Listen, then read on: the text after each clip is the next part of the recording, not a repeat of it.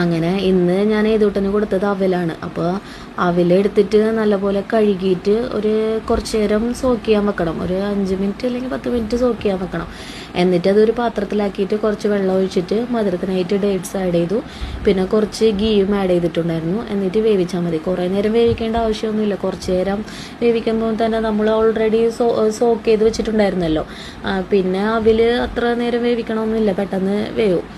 അങ്ങനെ അത് നല്ലപോലെ വേവിച്ചിട്ട് ഞാൻ പിന്നെ അത് മിക്സിയിൽ അടിച്ചിട്ടൊന്നും ഇല്ലായിരുന്നു. എന്താണെന്ന് വെച്ചാൽ നല്ലപോലെ വെന്ത് ഉടഞ്ഞ് കിട്ടിയിട്ടുണ്ടായിരുന്നു. പിന്നെ ആ ഡേറ്റ്സിലുള്ള ചെറുതായിട്ട് ഈ തൊലി ഉണ്ടാവുമല്ലോ, അത് മാത്രം ഞാൻ റിമൂവ് ചെയ്തിട്ടുണ്ടായിരുന്നു.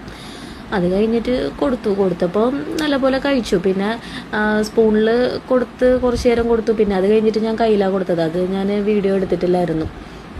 അവൽ കുട്ടികൾക്ക് നല്ലൊരു ഫുഡാണ്.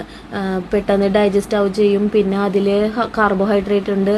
പിന്നെ നമ്മൾ അതിൻ്റെ കൂടെ വേറെ വെജിറ്റബിൾസോ ഫ്രൂട്ട്സോ ഇതൊക്കെ ആഡ് ചെയ്ത് കഴിഞ്ഞാൽ എക്സ്ട്രാ ന്യൂട്രീഷൻസ് കിട്ടും. അപ്പോൾ നമ്മളിപ്പോൾ ഡേറ്റ്സ് ആഡ് ചെയ്തിട്ടുണ്ട്, അതിൽ നമുക്ക് അയൺ കണ്ടൻറ്റ് കിട്ടും. ഇതിൽ നമുക്ക് ആപ്പിൾ ആഡ് ചെയ്യാം, പിന്നെ ക്യാരറ്റ് ആഡ് ചെയ്യാം. നമുക്ക് എന്ത് ഫ്രൂട്ട്സും വെജിറ്റബിൾസും അവൈലബിൾ ആണോ അത് നമുക്ക് ആഡ് ചെയ്യാം. എക്സ്ട്രാ ന്യൂട്രീഷൻസ് ആവും അതിൽ. ഏതൂട്ടന് ഞാൻ മെയിനായിട്ട് കൊടുക്കുന്ന ഫുഡ് മാത്രമേ ഞാൻ വീഡിയോ ഇടുന്നുള്ളൂ. പിന്നെ അതിൻ്റെ ഇടയ്ക്കൊക്കെ തന്നെ അവനക്ക് ഞാൻ പഴം ഉണ്ടെങ്കിൽ പഴം കൊടുക്കും. പിന്നെ വേറെ എന്തെങ്കിലും ഫ്രൂട്ട്സ് ആപ്പിൾ എന്തെങ്കിലും ഉണ്ടെങ്കിൽ അത് ചെറുതായിട്ട് ഇങ്ങനെ ഗ്രൈൻഡ് ചെയ്തിട്ട് സ്മാഷ് ചെയ്തിട്ട് അത് കൊടുക്കാറുണ്ട്. അങ്ങനെ എന്തെങ്കിലും വെറൈറ്റി ആയിട്ട് ഫ്രൂട്ട്സ് എന്തെങ്കിലും ഉണ്ടെങ്കിൽ അവനക്ക് ഞാൻ കൊടുക്കാറുണ്ട്. അവക്കാഡോ ഉണ്ടെങ്കിൽ അവക്കാഡോ കൊടുക്കും. ഇടയ്ക്ക് പപ്പായ കൊടുത്തിട്ടുണ്ടായിരുന്നു. അപ്പോൾ സ്പൈസസ് ഒന്നും കൊടുത്ത് തുടങ്ങിയിട്ടില്ല.